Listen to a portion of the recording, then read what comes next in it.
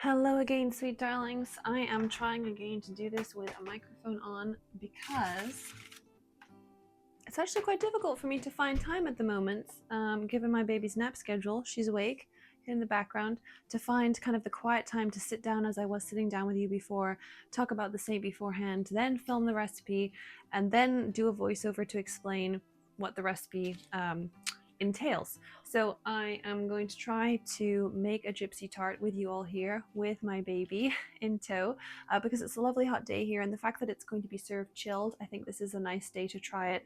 We've got my stepdaughters coming this afternoon, and they always love dessert. Sometimes they like to try new things. Probably if they had a choice, they'd just have ice cream or a chocolate brownie, but I make those all the time. So we're going to try something a little bit different today, and this is one of my mom's favorite recipes. So it's definitely going to make me think of her while I'm doing this. I've already put my flour into this bowl. You need about 250 grams of all-purpose flour, and then you need about 100 grams of salted butter. This probably isn't going to be enough, this bit that I've just taken out of the fridge. Yeah, no, that's only about 50 grams, so I'll just double check that actually. Yeah, so it's 140 grams of unsalted butter, and then I'm going to add 100 grams of golden castor sugar.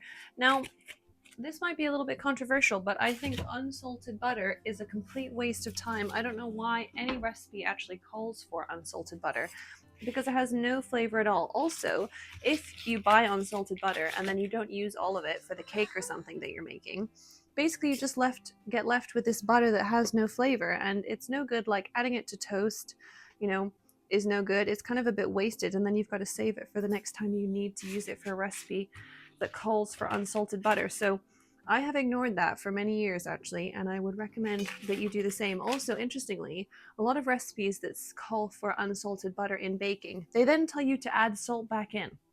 So it's like unsalted butter and then a teaspoon of salt. I think it's much easier just to buy salted butter, which is a good all-rounder. You can use it for all kinds of things, and save yourself the hassle. Castor sugar in the UK is a little bit more expensive than normal granulated sugar, and again, I found through experimentation that you can get away with just using granulated sugar a lot of the time when it calls for castor sugar. So I'm going to add 100 grams of that into my bowl. Pick this egg. This is from one of our Buff Orpington hens. They're like the biggest hens that we have. They're the ones that look like old ladies running around in fluffy underwear, or bloomers, I suppose you would call them. I love them for that reason, and they're a heritage English breed.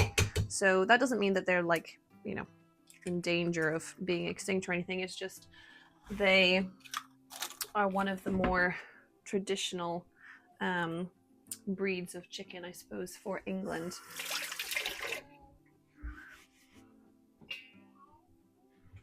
I think this is one of those things. It's not like I actually need my hair up out of the way to do this, but it always feels good to get my hair up out of the way when I'm doing something like this.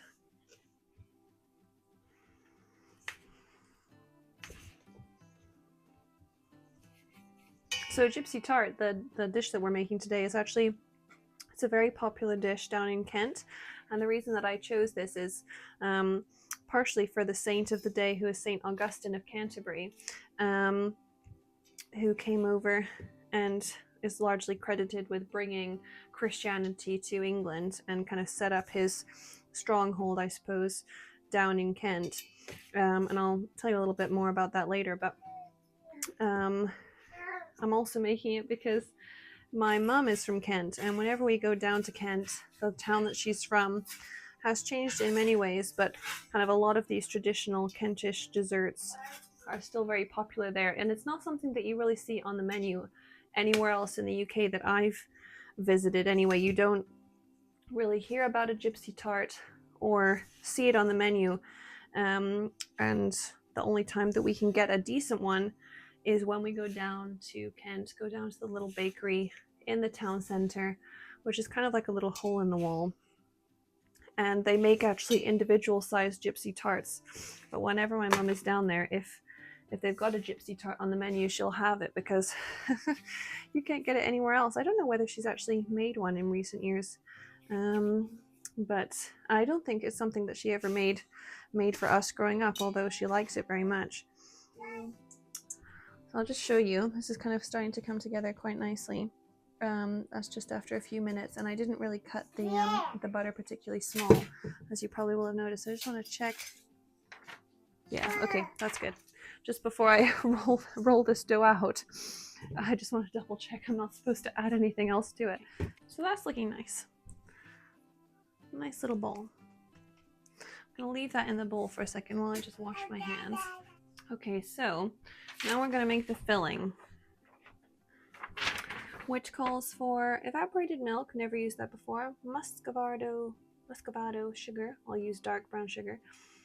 While I'm doing this, I'll just read you a little bit about St. Augustine. This is just how I designed this to be used, so it makes sense that I would show it to you this way, that I can attempt to make the filling for a dessert while reading about the Apostle to the English.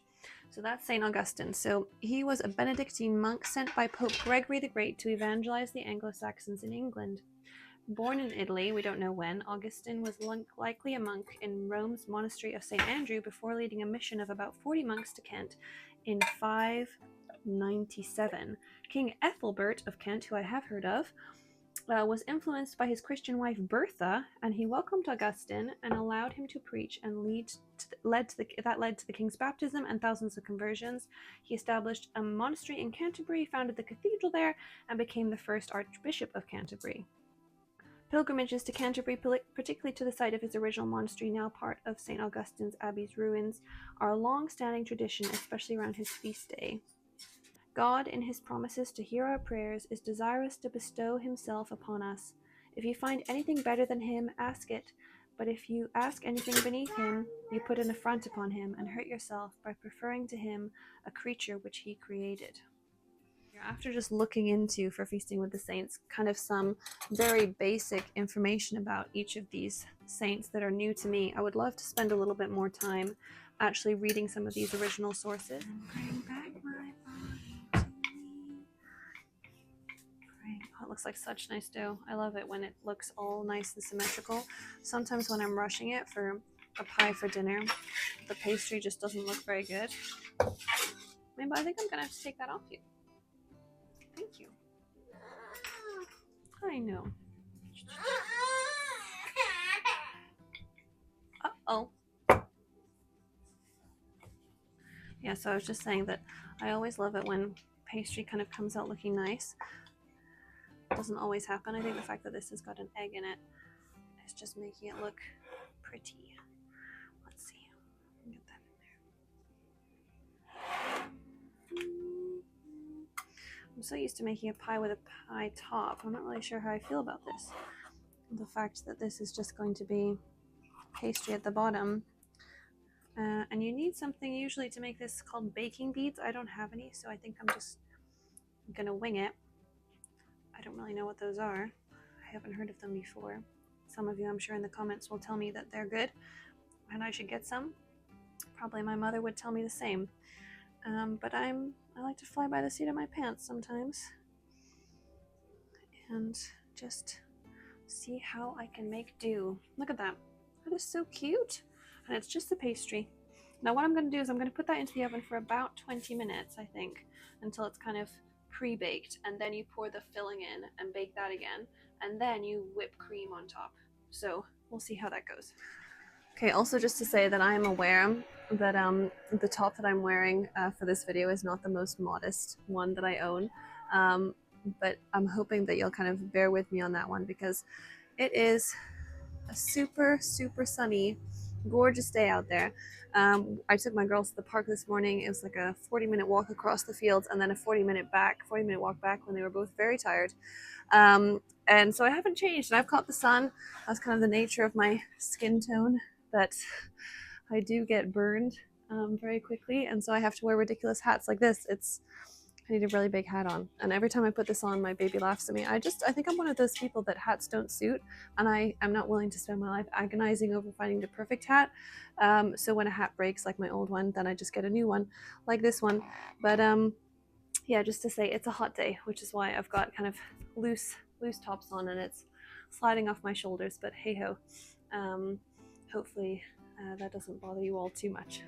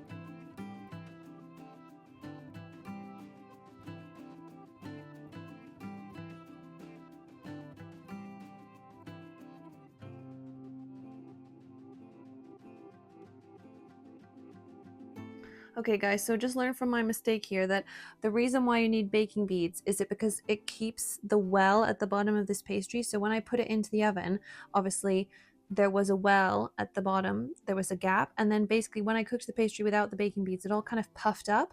So when I poured the topping over top, it was already like right to the top when I poured it in. You probably saw in the video earlier. And then because it was so full, it bubbled over. Now I'm not too worried about this because I'm going to cover this with double cream a little bit later. So I understand it looks terrible now, but it will look good when I put cream on top and then also serve it with some cream. I'm hoping that it's going to be lovely and sweet, but just to be honest with you, that there's a reason I think now why you need baking beads. So yeah, it doesn't look perfect. I'm not pretending that I'm a perfect chef here, but I'm hoping it will taste nice in the end, and I'll show you the final product. Thank you all so much again for tuning into another recipe video as part of Feasting with the Saints. If you want to join me for the rest of May, the link is in the description of this video, as is the recipe for this delicious and very gooey and very sweet gypsy tart. I hope to see you all here again soon for another video, but in the meantime, take good care everybody, and God bless.